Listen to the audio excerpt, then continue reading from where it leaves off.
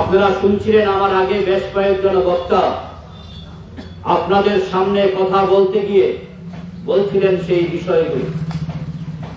আগামীকাল 13 তারিখ মার্চ মাসে রাজ্য নির্বাচন দপ্তর এডিসি নির্বাচনকে কেন্দ্র করে চূড়ান্ত ভোটার তালিকা প্রকাশ করবে। নির্বাচনের আইন মোতাবেক চূড়ান্ত ভোটার তালিকা প্রকাশিত হলে পরে নির্বাচন দপ্তর যে কোনো সময় নির্বাচন ঘোষণা করতে পারে। ফলে আমাদের ধারণা আগামী কাল থেকে পরবর্তী সময়ে যে কোনো দিন যে কোনো সময় ত্রিপুরা রাজ্যে এডিসি নির্বাচনের দিন তারিখ ঘোষণা হবে। ইতিমধ্যে রাজ্য বামফ্রন্ট কমিটি এডিসি নির্বাচনকে কেন্দ্র করে 28টি কেন্দ্রে আমাদের যে প্রার্থী তালিকা সেই প্রার্থী তালিকা ঘোষণা করেছেন। এডিসির 12 নম্বর আসন রামচন্দ্রঘাট কেন্দ্রে আমাদের বামফ্রন্টের প্রার্থী হিসাবে কমরেড সমরেশ দেববর্মাকে আমরা এখানে প্রার্থী করেছি। আজকের এই নির্বাচনী সভায় আপনাদের সামনে আলোচনা রাখতে গিয়ে আমি শুরুতেই কমরেড সমরেশ দেববর্মার পক্ষে বামফ্রন্টের পক্ষে কাস্তে হাতুড়ি তারা চিহ্নে এডিসি এলাকার নির্বাচক মন্ডলীর কাছে ভোট চাইছি, আপনাদের সমর্থন আপনাদের আশীর্বাদ চাইছি। বন্ধুগণ, আমার আগের বক্তা বলছিলেন যে মানুষ অভিজ্ঞতার মধ্য দিয়ে অনেক কিছু এই সময়ে শিখেছেন, দেখেছেন। আমরা বলে থাকি যে অভিজ্ঞতাই হচ্ছে মানুষের জীবনের সবচেয়ে বড় শিক্ষক। গত 8 বছর এই রাজ্যের মানুষ আরো অনেক বেশি অভিজ্ঞতায় সমৃদ্ধ হয়েছে। গত 8 বছর সময়ে রাজ্যের মানুষ 2 বার প্রতারিত হয়েছেন। একবার 2018 সালের নির্বাচন, আরেকবার 5 বছর আগের এডিসি নির্বাচন। কি শুনেছিলেন? 2018 সালের বিধানসভা নির্বাচনের আগে রাজ্যের মানুষ শুনেছিলেন যে বামফ্রন্ট ভালো না, বামফ্রন্ট মানুষের সমস্যার সমাধান করতে পারছে না, সুতরাং সরকারটা পাল্টাতে হবে। পাল্টালে কি হবে? বিজেপির নেতৃত্বে রাজ্যে যদি সরকার হয়, প্রথম বছরে 50,000 চাকরি হবে, তারপরে প্রতি বছর 1 লাখ করে বেকারের চাকরি হবে। মানুষ শুনেছিলেন যদি ওই সরকারটা তৈরি হয় তাহলে এই রাজ্যের শিক্ষক কর্মচারীরা তারা 7th পে কমিশন পাবেন, তাদের বেতন প্রায় দ্বিগুণ হয়ে যাবে। এই রাজ্যের মানুষ কি শুনেছিলেন?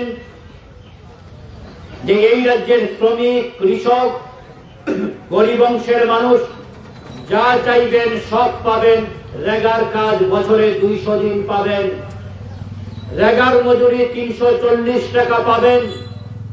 এমন অনেক কথা শুনেছিলেন 2018 সাল বিধানসভা নির্বাচনের আগে। এরপরে 3 বছরের মাথায় গত 5 বছর আগে এডিসি নির্বাচন, আরেকটা শক্তি ত্রিপুরা মাথা। তারা কি বললেন? গ্রেটার ত্রিপুরা ল্যান্ড হবে। এই গ্রেটার ত্রিপুরা ল্যান্ডের ত্রিপুরাসা, তাদের আর কোনো সমস্যা থাকবে না।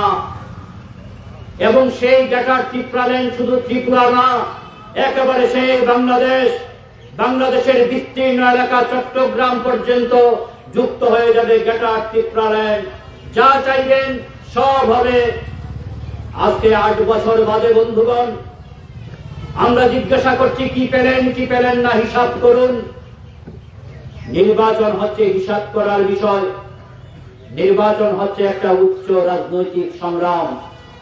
নির্বাচন হচ্ছে একটা গুরুত্বপূর্ণ রাজনৈতিক লড়াই, যে লড়াইয়ে মানুষ হিসাব করে কি পেলাম কি পেলাম না।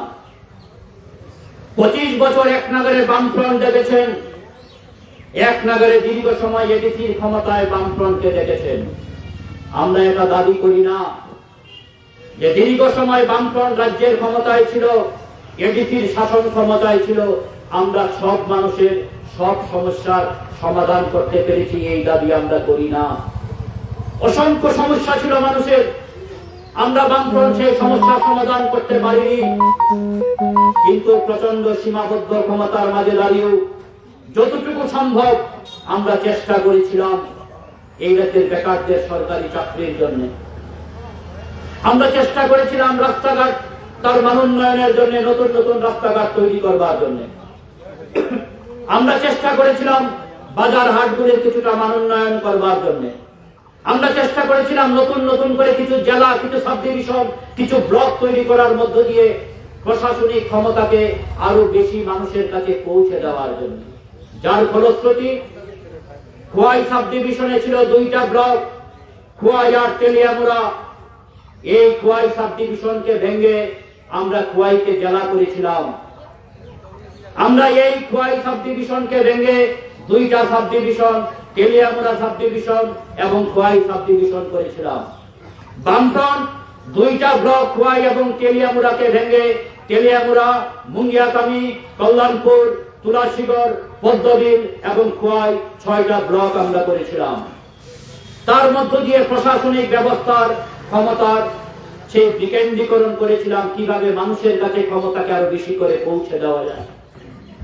আমরা বামফ্রন্ট এডিসি এলাকায় ভিলেজ কমিটি করেছিলাম। আজকে 8 বছর হলো ভিলেজ কমিটি শুরু। ভিলেজ কমিটি নাই, গণতন্ত্র নাই, মন গড়া কমিটি। মানুষ বুদ্ধি এখন এডিসি এলাকায় কমিটি বানাতে পারে না। এটাই হচ্ছে বামফ্রন্ট। বামফ্রন্ট থাকতে এগুলি ছিল, আজকে এগুলি নেই। এরই নাম হচ্ছে গ্রেটার ত্রিপুরাল্যান্ড, এরই নাম ছিল চলো পাল্টাই। বিজেপি বলুন আর ত্রিপুরা বলুন, তারা যা বলেছিল সেই কথা রাখেনি বলেই আজকে আমরা শুনছি মানুষ আবার বলছেন অভিজ্ঞতার মধ্য দিয়ে আগেরটাই ভালো ছিল। অর্থাৎ বামফ্রন্ট থাকতেই ভালো ছিল। বামফ্রন্ট তার সীমাবদ্ধ ক্ষমতার মাঝে দাঁড়িয়ে সব দিয়ে দেবে, এটা কোনোদিন বলেনি। কিন্তু এই রাজ্যের ট্রাইবেল বলুন, এই রাজ্যের নন ট্রাইবেল বলুন, এই রাজ্যের উন্নয়ন বলুন, এটা আমরা দাবি করে বলি। এই রাজ্যের যা কিছু উন্নয়ন, এই রাজ্যের যা কিছু সমৃদ্ধি, তার নেপথ্যে বড় ভূমিকা নিয়েছিল বামফ্রন্ট সরকার। গত 8 বছরে তার অনেকটাই থমকে গেছে। আজকে স্কুলগুলিতে শিক্ষক সংকট। রাজ্যে বামফ্রন্ট সরকার থাকতে যত শিক্ষক কর্মচারী ছিল, আজকে 50,000-এরও বেশি শিক্ষক কর্মচারী কমে গেছে। বছরে বছরে রিটায়ারমেন্টে যাচ্ছেন, নিয়োগ হচ্ছে না। স্কুলগুলিতে শিক্ষক সংকট। প্রচুর স্কুল আছে, আজকে একজন টিচার দিয়ে কিভাবে স্কুল চলে? একজন টিচার নাম ডাকবেন না স্কুলে ক্লাস করাবেন? তাই আজকে সরকারি স্কুলগুলি জাহান্নামে গেছে। এখন গার্জিয়ানরা সরকারি স্কুলে আর পড়াতে চাইছেন না, কিন্তু কিচ্ছু করার নেই। প্রাইভেট স্কুলে প্রচুর টাকা লাগে, সেই ক্ষমতাও নেই। বাধ্য হয়ে এখনো সরকারি স্কুলে পড়ান অনেকে। সরকারি স্কুলগুলি বেহাল অবস্থা। এবং এই গত 8 বছরে আমাদের রাজ্যে বহু সরকারি স্কুল বন্ধ করে দেওয়া হয়েছে। স্কুলগুলি বন্ধ হয়েছে, তালা পড়েছে, নতুন স্কুল তৈরি হয়নি, নতুন একটা ব্লক হয়নি। গত 8 বছরে একটা সাব ডিভিশন হলো না, নতুন করে একটা পঞ্চায়েত হলো না, গত 8 বছরে একটা নগর পঞ্চায়েত হলো না। যা ছিল সপ্ত বামফ্রন্টের আমলে। শুধু বড় বড় কথা বলেন, খুব সুন্দর সুন্দর স্লোগান দেন, এক ত্রিপুরা শ্রেষ্ঠ ত্রিপুরা। কেউ বলেন সবকা সাথ সবকা বিকাশ, কেউ বা বলেন গ্রেটার ত্রিপুরাল্যান্ড। কিন্তু এই যে এডিসি এলাকার মানুষ, কেউ বলেন ট্রাইবেল, কেউ বলেন উপজাতি, কেউ বলেন জনজাতি, কেউ বলেন ত্রিপুরা। আমরা যে যে ভাষাই বলি না কেন, এই যে এই অংশের মানুষ, দেববর্মা, জমাতিয়া, মলসন, তারপরে ধরুন মুরাসি, রিয়াং, মগ, এই যে 19টা জাতিগোষ্ঠীর মানুষ আমাদের রাজ্যে, তাদের অধিকাংশ এডিসি এলাকায় বসবাস করে। এই এডিসি এলাকার মানুষের আর্থ সামাজিক অবস্থার মান উন্নয়নের জন্য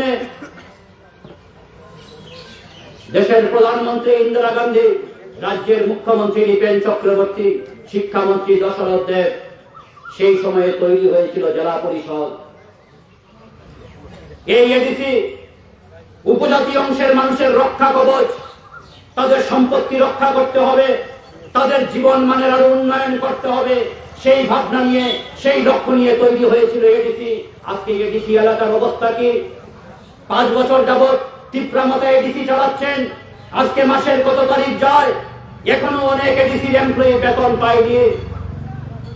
আজকে 1 বছর 1.5 বছর হয়েছে, অনেকে রিটায়ারমেন্টে গিয়েছেন, আজকেও পেনশনের টাকা পাচ্ছেন না। তারা তো তীব্রতা, কেন তাদের কথা ভাবছেন না? তাদেরকে বাদ দিয়ে এডিসি এলাকার ডেভেলপমেন্ট, তাদেরকে বাদ দিয়ে তীব্রাসের ডেভেলপমেন্ট হতে পারে? হ্যাঁ, উন্নয়ন হচ্ছে, হাতে গোনা কিছু নেতাদের উন্নয়ন হচ্ছে, তাদের বিকাশ হচ্ছে। ওই মন্ত্রী বিকাশ বাবুর বিকাশ হচ্ছে। কয়টা বাড়ির মালিক এখনো জানি না।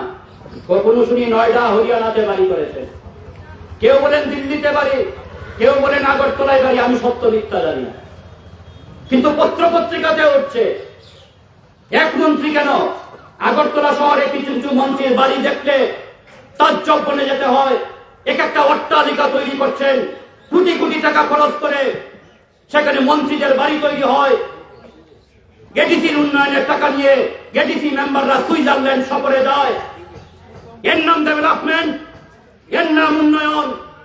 হ্যাঁ, উন্নয়ন হচ্ছে কিছু নেতার, সাধারণ তীব্রাসাদের ডেভেলপমেন্ট না, সাধারণ গরিব মানুষের ডেভেলপমেন্ট না। এটা তীব্রাসা, এটা বাঙালির বিষয় না। বিষয়টা আমার হচ্ছে আমার রাজ্য ত্রিপুরা। ত্রিপুরাকে আমরা ভালোবাসি। আমরা দাবি করে বলি, বামফ্রন্টের কর্মীরা, লাল ঝান্ডার কর্মীরা, আপনারা আমাদের ভোট দিতে পারেন, না দিতে পারেন, এটা আলাদা বিষয়, এটা আপনার গণতান্ত্রিক অধিকার। কিন্তু আপনাদের সামনে দাঁড়িয়ে এটা আমরা দায়িত্ব নিয়ে বলে থাকি।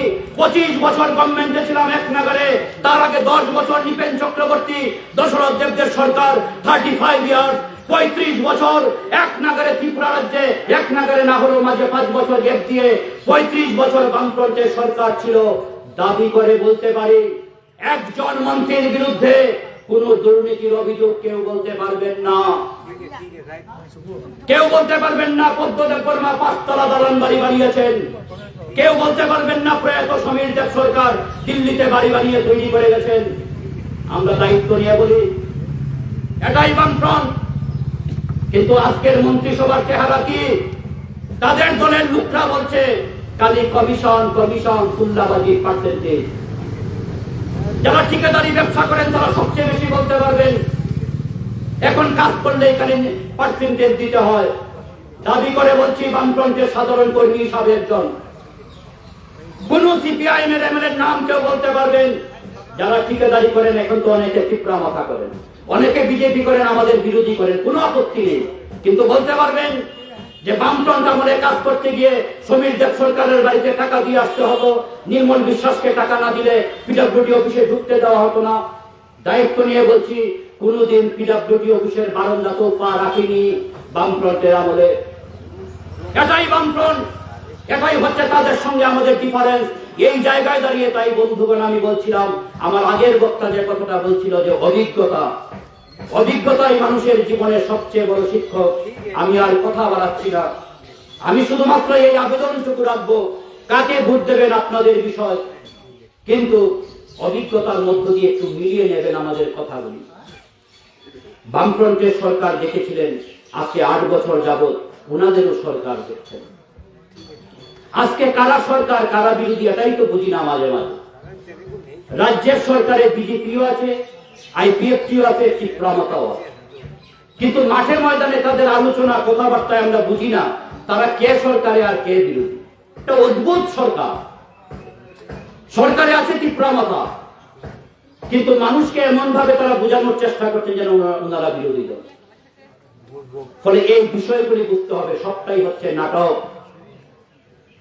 বারে বারে নাটক করে এই রাজ্যের মানুষকে বিভ্রান্ত করা হচ্ছে। তাই বিনম্রভাবে আপনাদের প্রতি আবেদন রাখবো, নির্বাচন আসবে, নির্বাচন যাবে, এটাই বড় বিষয় না।